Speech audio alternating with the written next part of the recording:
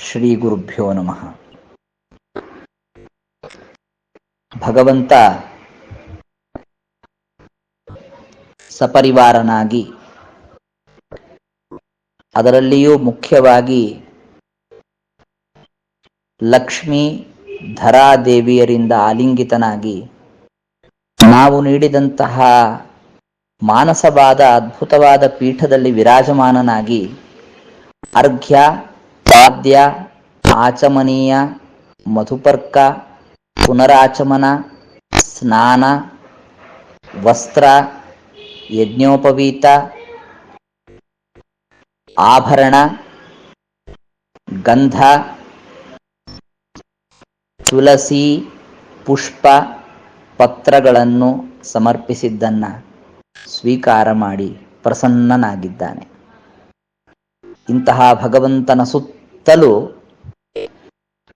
ಪರಮಾತ್ಮನದ್ದೇ ಅನೇಕ ರೂಪಗಳ ಆವರಣ ಇದೆ.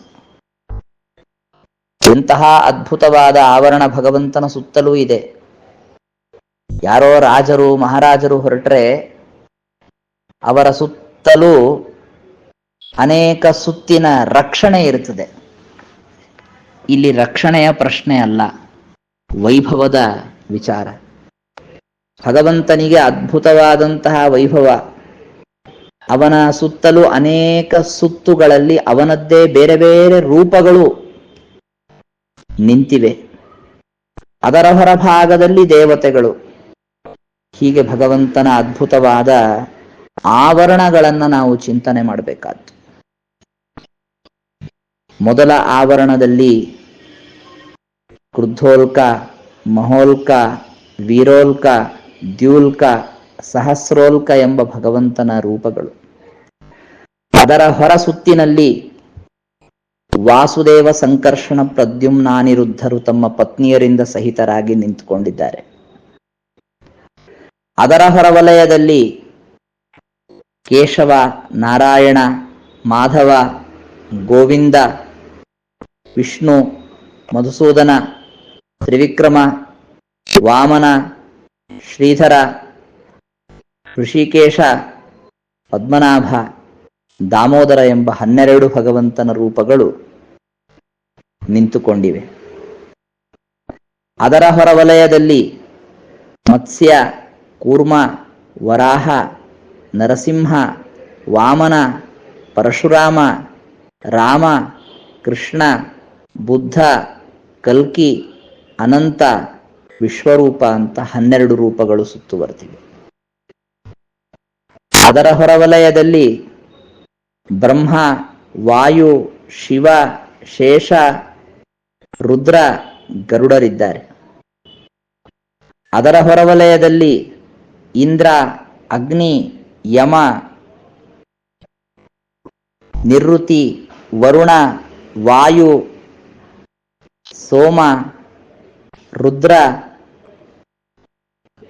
ಶೇಷ, ವಿಧಿ ದೇವತೆಗಳು, ದಿಕ್ಪಾಲಕರಿದ್ದಾರೆ. ಹೀಗೆ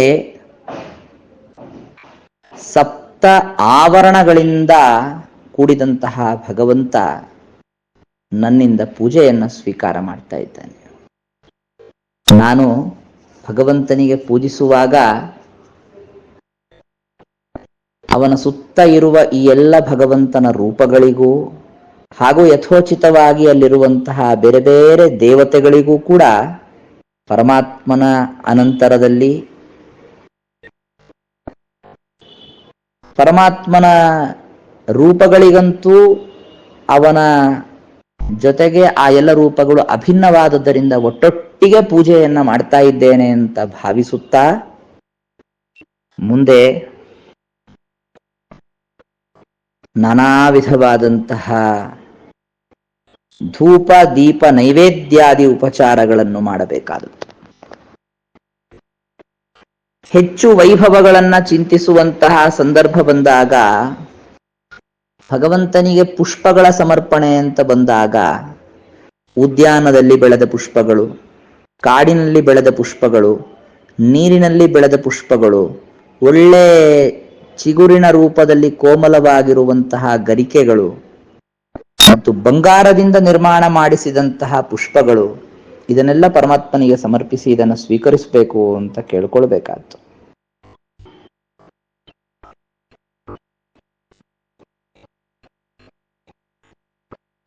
ಹಾಗೂ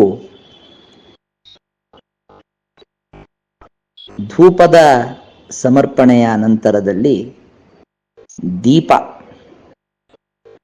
ದೀಪವನ್ನ ಇಡೋದು ನಮ್ಮಂಥವರಿಗೆ ಯಾಕೆ ಅಂದ್ರೆ ಬೆಳಕು ಬೇಕು ಅಂತ.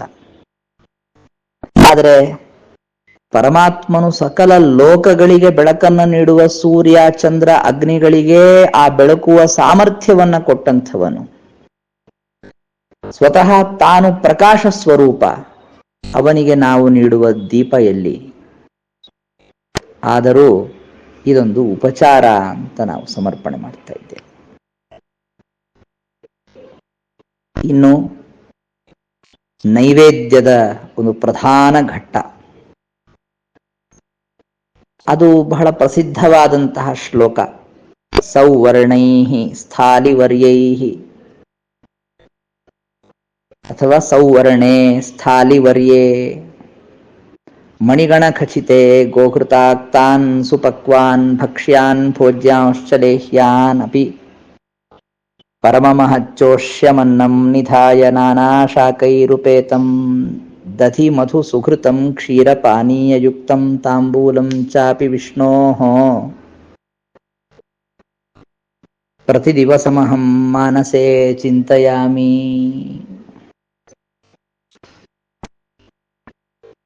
ವಿಷ್ಣು ಅಂತ ಸಂಬೋಧನವನ್ನು ಕೂಡ ಇಟ್ಕೊಳ್ಬಹುದು ಬೇಕಂದ್ರೆ.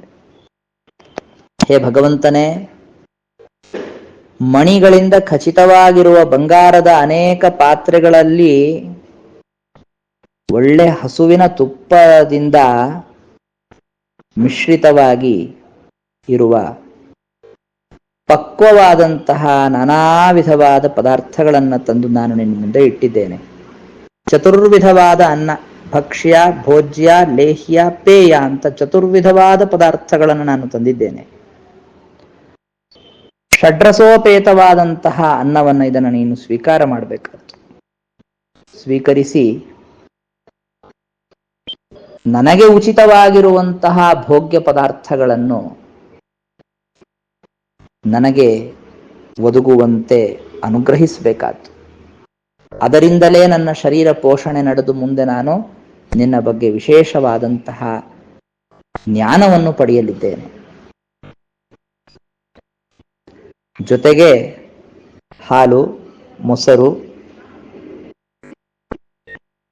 ತುಪ್ಪ, ನೀರು, ತಾಂಬೂಲ ಮೊದಲಾದವುಗಳನ್ನು ಕೂಡ ನಾನು ಭಗವಂತನಿಗೆ ಸಮರ್ಪಣೆ ಮಾಡ್ತೇನೆ ಅಂತ ಹೇಳ್ತಾ, ಆಯಾ ಪದಾರ್ಥಗಳಲ್ಲಿರುವಂತಹ ಬೇರೆ ಬೇರೆ ಭಗವಂತನ ರೂಪಗಳೆಲ್ಲವೂ ನಾನು ಯಾವ ಅಧಿಷ್ಠಾನದಲ್ಲಿ ಭಗವಂತನಿಗೆ ಪೂಜೆ ಸಲ್ಲಿಸ್ತಾ ಇದ್ದೇನೋ ಆ ಭಗವಂತನ ರೂಪದಿಂದ ಅಭಿನ್ನವಾಗಿದೆ ಅಂತ ಸ್ಮರಿಸಿದಾಗ ಭಗವಂತನು ತನ್ನ ಸ್ವಾಖ್ಯರಸವನ್ನ ಅನುಭವಿಸಿ ಸಂತೃಪ್ತನಾಗಿ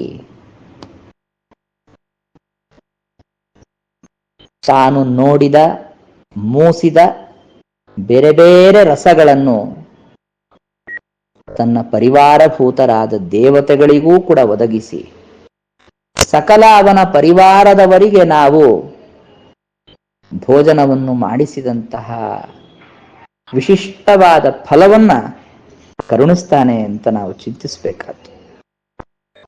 ಈ ನೈವೇದ್ಯದಲ್ಲಿ ಇನ್ನಷ್ಟು ವೈಭವವನ್ನ ನಾವು ಮನಸ್ಸಿನಲ್ಲಿ ಚಿಂತನೆ ಮಾಡ್ಲಿಕ್ಕಂತೂ ಬರ್ತದೆ. ಬಾಹ್ಯವಾಗಿ ನಾವು ಮಾಡ್ಲಿಕ್ಕಾಗತ್ತೋ ಗೊತ್ತಿಲ್ಲ. ಮನಸ್ಸಿನಲ್ಲಿ ಚಿಂತನೆ ಮಾಡುವುದರಲ್ಲಿ ಏನು ಯಾವ ಸಂಕೋಚವಿದೆ ಹೇಳಿ? ನಾನಾ ವಿಧವಾದ ಅಪೂಪಗಳು,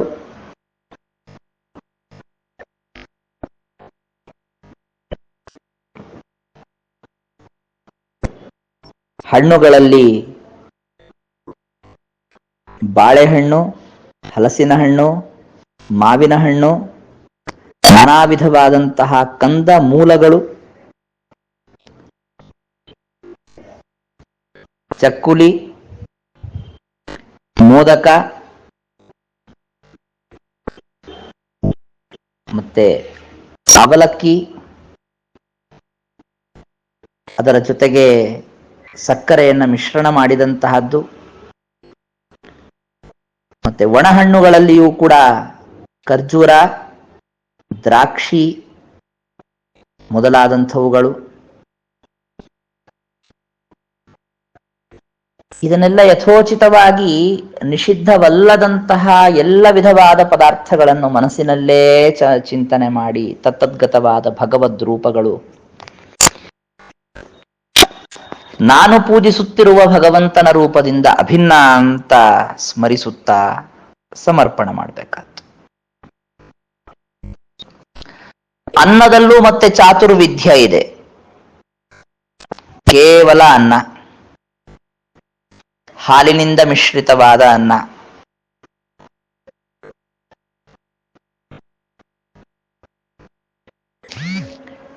ಮೊಸರಿನ ಜೊತೆಗೆ ಮಿಶ್ರಿತವಾದಂತಹ ಅನ್ನ,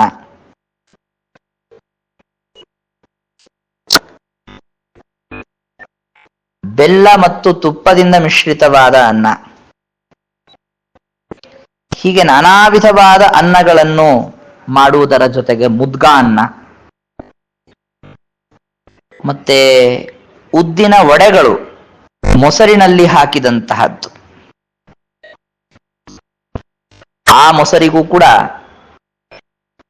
ಸುವಾಸನೆ ಬರುವಂತೆ ಏನೇನದಕ್ಕೆ ಹಾಕಬಹುದು, ರುಚಿಕರವಾಗುವಂತೆ ಏನೇನು ಹಾಕಬೇಕು ಅದನ್ನೆಲ್ಲ ಹಾಕಿ ಪರಮಾತ್ಮನಿಗೆ ಸಮರ್ಪಣೆ ಮಾಡಬಹುದಾದಂತಹದ್ದು. ತಾಂಬೂಲ ಅಂತನ್ನೋದು ಕೂಡ ಸುಣ್ಣ, ಅಡಿಕೆ ಪ್ರಧಾನವಾದಂತಹದ್ದು. ಇನ್ನು ಏನೇನದಕ್ಕೆ ತಾಂಬೂಲಕ್ಕೆ ಹಾಕ್ತಾರೆ ಅಂತ ಲೋಕಪ್ರಸಿದ್ಧಿ ಇದೆ, ಶಾಸ್ತ್ರೀಯವಾದದ್ದು. ಅದೆಲ್ಲದರಿಂದ ಸಹಿತವಾದಂತಹ ತಾಂಬೂಲವನ್ನ ಭಗವಂತನಿಗೆ ಸಮರ್ಪಣೆ ಮಾಡಿ ಅನಂತರದಲ್ಲಿ ನೀರಾಜನವನ್ನ ಮಾಡಬೇಕಾದಂತಹದ್ದು. ನೀರಾಜನ ಅಂದ್ರೆ ಮಂಗಳಾರತಿ. ಆ ಆರ್ತಿಕ್ಯವನ್ನ ಮಾಡುತ್ತಿರುವ ಸಂದರ್ಭದಲ್ಲಿ ಆ ದೀಪದ ಬೆಳಕಿನಲ್ಲಿ ಭಗವಂತನ ಮುಖ ಹೀಗಿದೆ ಅಂತ ಆ ಪ್ರತಿಮೆಯನ್ನ ನೋಡುವುದರ ಮೂಲಕವಾಗಿ ನಾವು ಸ್ಮರಣೆ ಮಾಡಿದರೆ ಅನೇಕ ಸಂಖ್ಯೆಯ ಪೂರ್ವಜನ್ಮಾರ್ಜಿತವಾದ ಬ್ರಹ್ಮಹತ್ಯಾದಿ ದೋಷಗಳ ಪರಿಹಾರ ನಮಗದರಿಂದ ಆಗ್ಲಿಕ್ಕೆ ಸಾಧ್ಯ ಇದೆ. ಆ ರೀತಿಯಲ್ಲಿ ಮಂಗಳಾರತಿಯನ್ನ ಮಾಡುವಾಗ, ಹೇ ಭಗವಂತನೇ, ನನಗೆ ಜ್ಞಾನ ದೀಪ ನಮ್ಮ ಮನಸ್ಸಿನಲ್ಲಿ ಉಂಟಾಗುವಂತೆ ಮಾಡು, ಅದು ಸದಾ ಜ್ವಲಿಸುವಂತೆ ಮಾಡು ಅಂತ ಪ್ರಾರ್ಥನೆಯನ್ನ ಮಾಡಬೇಕಾದ್ದು. ನಾನಾ ವಿಧವಾದ ವೈಭವ ಪೂರ್ಣವಾದ ಮಂಗಲಾರತಿಗಳನ್ನ ಮಾಡಿದ ಮೇಲೆ ಭಗವಂತನಿಗೆ ನಾನಾ ವಿಧವಾದ ಪುಷ್ಪಗಳಿಂದ ಮಿಶ್ರಿತವಾದ ಒಂದು ಅಂಜಲಿ, ಪುಷ್ಪ ವೃಷ್ಟಿಯಂತೆ ಭಗವಂತನ ಮೇಲದನ್ನ ಕೆರೆದು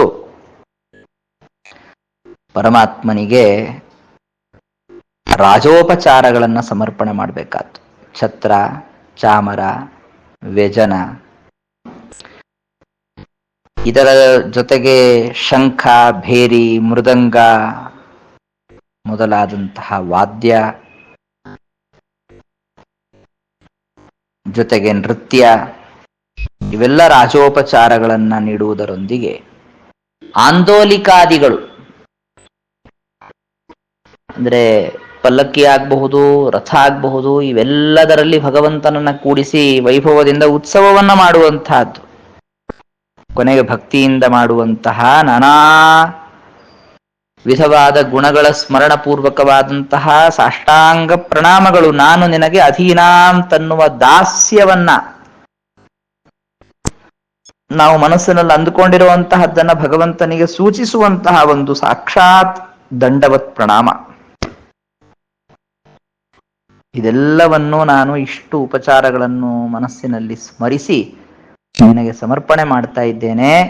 ಇದಕ್ಕೆ ಬೇರೆ ಯಾವ ಉದ್ದೇಶವೂ ಇಲ್ಲ, ನೀನು ಸಂತುಷ್ಟನಾಗಬೇಕು ಅಂತನ್ನುವ ಕಾರಣಕ್ಕಾಗಿ ನಾನು ಇದನ್ನೆಲ್ಲ ಸಮರ್ಪಣೆ ಮಾಡಿದ್ದೇನೆ.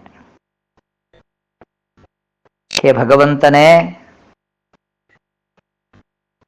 ಏನು ಉಪಚಾರಗಳನ್ನ ನಾನು ಬಂದು ಸಮರ್ಪಣೆ ಮಾಡಿದೆ ಅಂತನ್ನುವುದನ್ನ ನೀನು ಗಮನಿಸುವಂಥವನಲ್ಲ, ಭಕ್ತಿಯನ್ನು ಮಾತ್ರ ಗಮನಿಸುವಂಥವನು.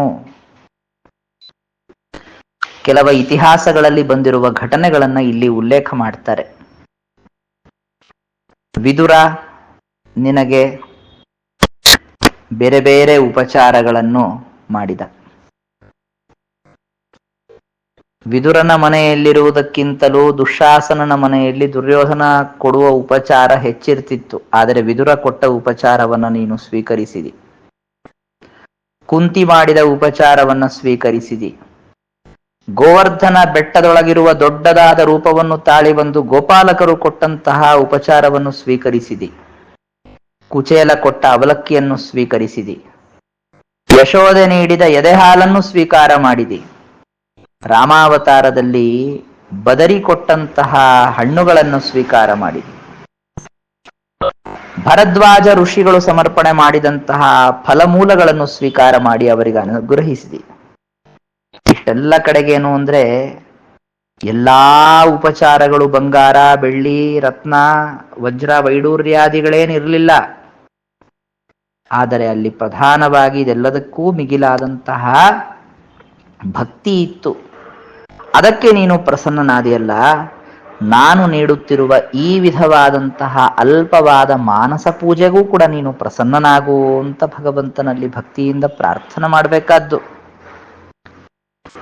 ಒಳ ಹೊರಗಿರುವಂತಹ ನನಗೆ ನನ್ನ ಸ್ಥಿತಿ ಏನೋ ಅಂತನ್ನೋದು ಗೊತ್ತಿದೆ. ಅಂತಹ ನನ್ನ ಅನಂತ ಅಪರಾಧಗಳನ್ನು ಕ್ಷಮಿಸಿ ನನ್ನ ಪೂಜೆಯನ್ನು ಸ್ವೀಕರಿಸಿ ನನಗೆ ಅನುಗ್ರಹವನ್ನು ಮಾಡು ಅಂತ ಹೇಳ್ತಾ ಪುನಃ ಪುನಃ ಭಗವಂತನಿಗೆ ಪ್ರಣಾಮವನ್ನ ಸಮರ್ಪಣೆ ಮಾಡಬೇಕಾತ್ತು. ಅಂತಹ ಪರಮಾತ್ಮ ಪ್ರಸನ್ನನಾಗಿ ನಮಗೆ ಎಲ್ಲ ವಿಧವಾದಂತಹ ನಮಗೆ ಯೋಗ್ಯವಾದಂತಹ ಫಲಗಳನ್ನ ಅವಶ್ಯವಾಗಿ ಕರುಣಿಸ್ತಾನೆ, ಅನುಗ್ರಹ ಮಾಡ್ತಾನೆ. ಇಂತಹ ಪೂಜೆ ಪ್ರತಿಯೊಬ್ಬ ಸಜ್ಜನರಿಂದಲೂ ಕೂಡ ಕರ್ತವ್ಯವಾಗಿದೆ. ಇದನ್ನು ಅನೇಕ ಕಡೆಗೆ ಮಾನಸ ಪೂಜಾ ವಿಧಿ ಅಂತ ಕರೀತಾರೆ. ಸುಮಾರು ಒಂದು 25-26 ಶ್ಲೋಕಗಳಲ್ಲಿ ಇದರ ಸಂಗ್ರಹ ಬಂದಿದೆ. ಯಾವುದೇ ಶ್ಲೋಕಗಳನ್ನು ನಾನು ಹೇಳಿ ಅದರ ಅರ್ಥವನ್ನು ವಿವರಿಸಿಲ್ಲ.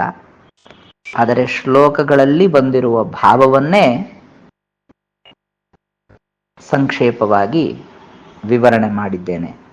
ಇದರಿಂದ ಭಗವಂತ ಪ್ರತಿನಿತ್ಯ ಈ ತರಹದ ಮಾನಸ ಪೂಜೆಯನ್ನ ನಮ್ಮಿಂದ ಮಾಡಿಸಿಕೊಳ್ಳಲಿ ಅಂತನ್ನುವಂತಹ ಪ್ರಾರ್ಥನೆಯನ್ನ ಮಾಡ್ತಾ ಇದನ್ನ ಪರಮಾತ್ಮನಿಗೆ ಸಮರ್ಪಣೆ ಮಾಡ್ತಾ ಇದ್ದೇನೆ. ಶ್ರೀಕೃಷ್ಣಾರ್ಪಣಮಸ್ತು. ಹರಯೇ ನಮಃ.